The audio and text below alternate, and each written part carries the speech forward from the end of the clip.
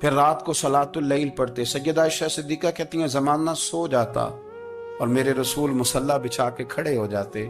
او یار کھیتی باڑی کر کے نہیں, محنت مزدوری کر کے نہیں. جناب عائشہ کہتی ہیں میں یہ بھی دیکھتی کہ حضور ایک آیت شروع کرتے تو ساری رات اسی کو پڑھتے, اور میری نظر جاتی تو قدم مبارک پہ ورم آ جاتا. یار نماز پڑھ پڑھ کے, اتنی مشقت کر کے, اتنی جد و جہد کر کے ورم آ گیا. یا رسول اللہ اتنی محنت کیوں کرتے ہو؟ فرمایا افلا اکون عبدا شکورا, کیا میں اپنے رب کا شکر گزار بندہ نہ بنوں؟ صحابہ کا ذوق عبادتوں کا, ریاضتوں کا, تلاوتوں کا, طبیعت ان کی, وہ ایک دوسرے کو. حضرت مولا علی شیر خدا کرم اللہ تعالی وجہ الکریم کے زمانے میں روم کے بادشاہ نے کہا یار یہ مسلمانوں کا پتہ تو کرو, یہ آخر کیوں اتنے زیادہ مجاہد ہیں. اس زمانے میں جاسوس بھیجنے کا مزاج تھا, اب تو جاسوس پکڑا جاتا ہے, اب تو جاسوسی کا شوق ویسے آج بھی ہے. عرض کروں تھوڑی سی بات اس عنوان سے. پتہ کیا ہمارا مسئلہ ہے, ہم جہاں جاتے ہیں نا وہاں تھوڑی خوشبو سونگنے کی کوشش کرتے ہیں. وہ کیا ہے تو یہ کیا ہے تو ادھر کیا ہے تو تھوڑا سا ادھر کیا ہے. میرے رسول پاک پڑھیے درود شریف, سارے پڑھیے ذرا زور سے, صلی اللہ تعالی. نبی پاک علیہ السلام نے فرمایا جاسوسی نہ کرنا ورنہ تم بندوں کو خراب کر دو, اور فرمایا اس طرح نہ ہو کہ تم کسی کے آپ کھول نہ نکلو تو تمہارے پہلے کھول جائیں. یہ جو ذوق ہے نا یہ ختم کریں, چھوڑیں. مطلب آپ کس چکر میں پڑے ہوئے ہیں, اتنی زیادہ توجہ کرنے کی کیا ضرورت, نے کام سے کام رکھیں. اس میں بندہ تھوڑا سا نا آسان رہتا ہے. یہ جو بہت زیادہ ٹٹولنے والے لوگ ہوتے ہیں نا وہ بےچارے پھر عمر ٹٹولتے ہی گزار دیتے ہیں, اس لیے کہ مزاج ہی بہت پکا ہے. بوری کا منہ کھول کے اندر تک ہاتھ ڈالنا, تو پھر کئی دفعہ سامنے سے بچھو بھی لڑ جاتا, خرابی ہوتی. تو جاسوسی کی جاتی تھی. اس نے بھی جاسوس بھیجے کیونکہ قبیلوں کے لوگ تھے, کچھ مسلم کچھ کافر, پہچانے نہیں جاتے تھے لوگ. تو کچھ لوگ اس نے بھیجے, انہوں نے آ کے نا تحقیق کی, ریسرچ کری کہ آخر ماجرا کیا ہے. تو واپس جا کے انہوں نے رپورٹ دی نا روم کے بادشاہ کو. اس رپورٹ کا ایک جملہ بڑا شاندار ہے. وہ کہنے لگا بادشاہ ہمیں مسلمانوں کی کوئی سمجھ نہیں آئی, ہمیں کوئی سمجھ نہیں آئی. انہوں نے کہا کیوں نہیں سمجھ آئی؟ کہنے لگے یار عجیب بندے ہیں, جب رات مصلے پہ بیٹھتے ہیں تو یوں لگتا ہے ان کا دنیا سے رشتہ ہی کوئی نہیں, کوئی کسی کو نہیں جانتا. کوئی اپنے دکھ سنا کے رو رہا ہے, کوئی اپنی بات کر کے رو رہا ہے, لگتا ہے کہ ان کا کوئی رشتہ ہے ہی نہیں جب مصلے پہ بیٹھتے ہیں. اور فرمایا جب سویرے یہ جہاد کرنے نکلتے ہیں تو لگتا ہے ان سے زیادہ دلیر ہی کوئی نہیں.